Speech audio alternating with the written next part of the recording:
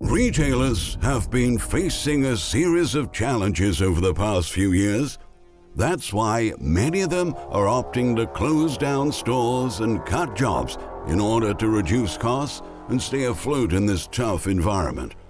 This year, you may have to say goodbye to your local Best Buy. The retail giant announced mass store closings starting this week. The decision will result in thousands of layoffs, and the same trend is being followed by other major companies that are now preparing for a flood of bankruptcies in 2023, with many at risk of going out of business entirely.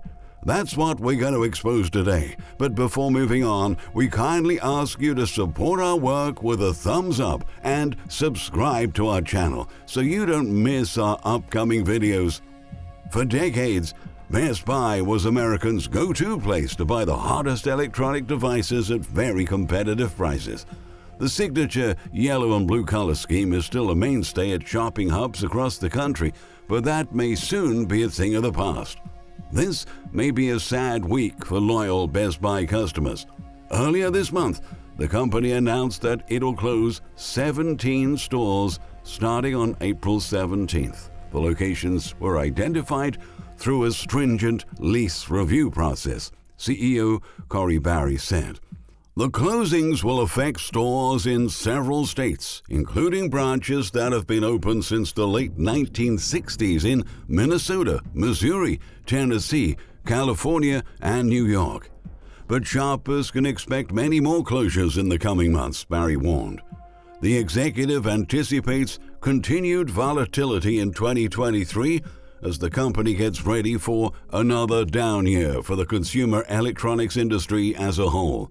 At least 30 large format stores are also on the chopping block.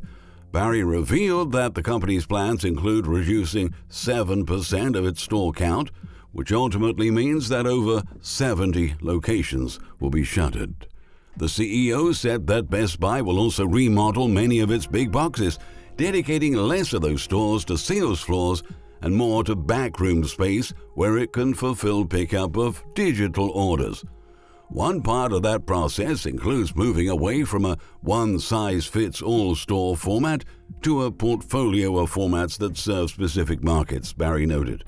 The decision behind the change was the fact that 80% of products on display on the sales floor sell one or fewer per week.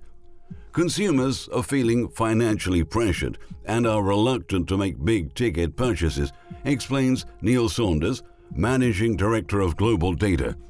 It appears that the electronics sector is facing a consumer recession, he added. On devices and gadgets, the market was not helped by a weak release cycle of new products. There are certainly new areas of interest, such as virtual reality headsets, but these are still a long way off being a mass-market product and are simply not stimulating consumer interest in the same way as mainstream products like new phones or televisions do, Saunders highlighted. The expert believes that higher prices in the category are going to hurt the electronics sector even more in the coming months. A weak holiday season of product shortages for hot items like iPhones hasn't helped the retailer. Both things affected Best Buy, and the latter issue pushed more shoppers to buy directly from suppliers like Apple than go into a Best Buy store, Saunders continued. Over the last few years, Best Buy has been gradually reducing its brick-and-mortar footprint as it moves to online operations. In 2018, there were over 1,500 stores all over America. Now, only 925 still remain. The retail titan is grappling with worsening financial results, and CEO Corie Barry says that the outlook for this fiscal year isn't as strong as initially predicted. On Thursday, Best Buy reported that in the past quarter, revenue fell to $14.7 billion, down nearly 10% year over year. U.S. shoppers are coping with many economic and inflationary pressures, which the company said contributed to a decrease in its domestic revenue to $13.5 billion, also down nearly 10% year over year.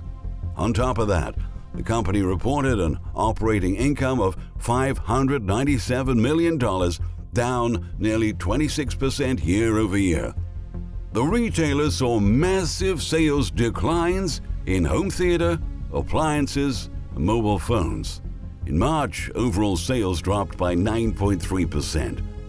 For its next fiscal year guidance, Best Buy projects a yearly revenue of $43.8 billion, comparable 6% from a year ago.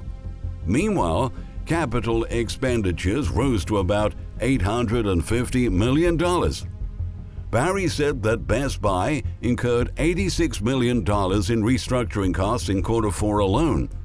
They were related to employee termination benefits associated with an ongoing restructuring initiative that began in the second quarter of 2022. Moreover, the company's headcount declined by about 20% over the last 3 years. As of February, Best Buy had more than 90,000 employees. That's a drop from the nearly 125,000 workers that it had in early 2020, according to company financial filings. In other words, 35,000 jobs have already been slashed, and many more are about to occur as storefronts go dark. Citing sources familiar with this issue, the Wall Street Journal reported that a spokesperson for the company confirmed mass layoffs, but declined to share the specific number.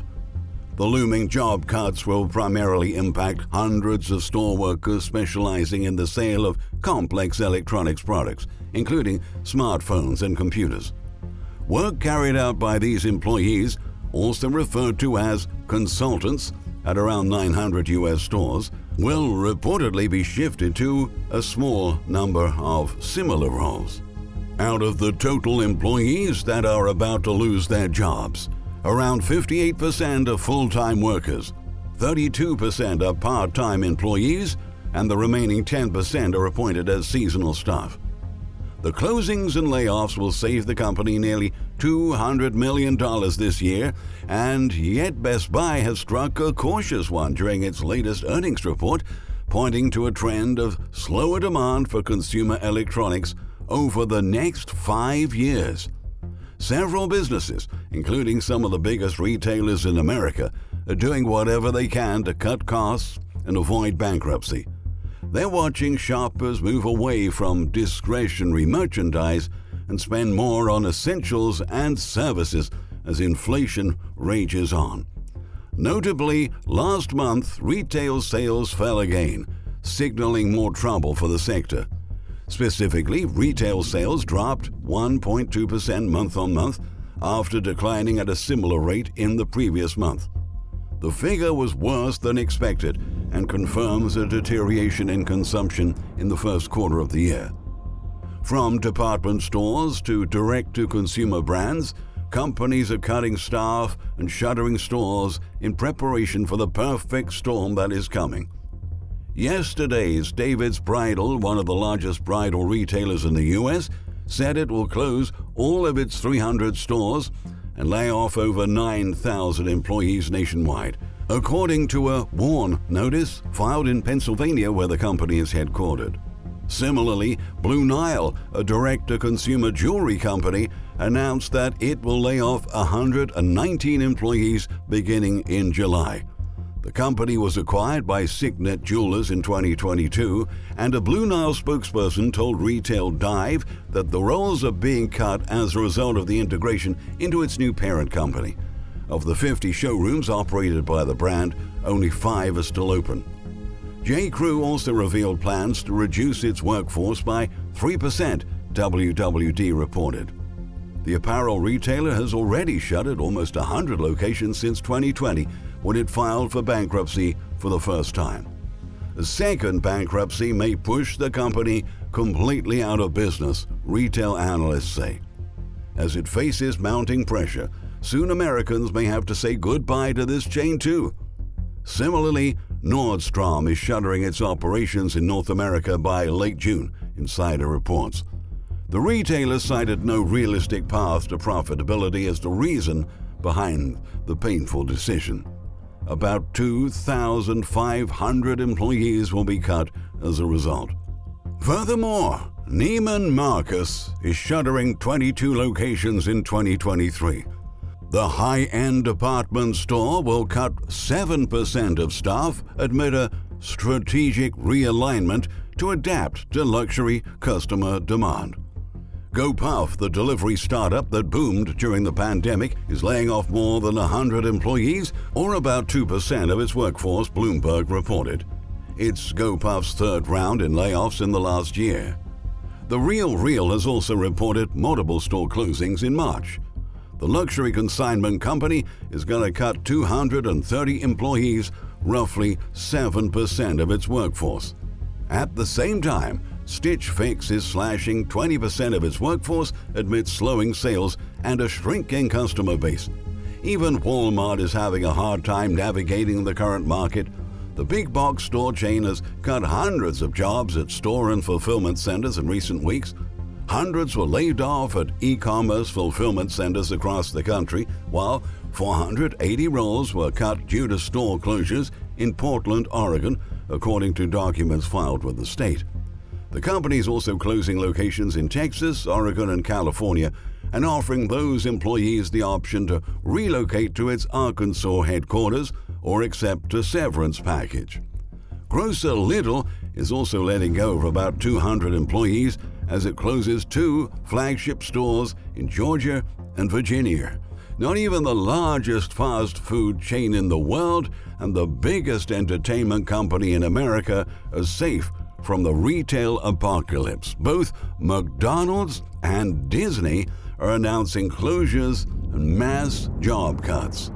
Reuters reported that McDonald's will cut hundreds of salaried employees this month in a restructuring plan. This comes after the fast food giant closed its corporate offices for weeks in March to conduct corporate layoffs. McDonald's, which has 150,000 global employees, has plans to shutter 200 locations, including 9 that have been serving American customers for more than 3 decades. A few weeks ago, Disney also said that 60 retail stores will go dark in the months ahead.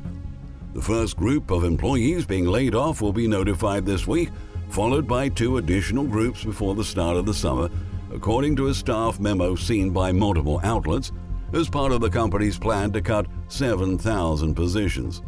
CEO Bob Iger had previously called the layoffs a necessary step to address the challenges we face today in a conference call last month. That's a reflection of the growing problems retailers are dealing with during the era of inflation, supply chain challenges, shifting consumer behavior, and rising operational costs. Sadly, this means that millions of hard-working people are going to lose their jobs at a time the country is marching toward a recession. We will not only be impacted by all of these closings, but also by the economic and financial toll these store shutdowns will have on our workforce, our industry, and our nation. The retail apocalypse is a much more complex issue than people think. Consumers are on the edge right now, while businesses and workers alike are getting closer and closer to a financial cliff that threatens to change America's economic landscape for good. Retailers better prepare for the wave of bankruptcies that is emerging on the horizon, because if they don't, they may disappear before people even realize it. Thank you for watching.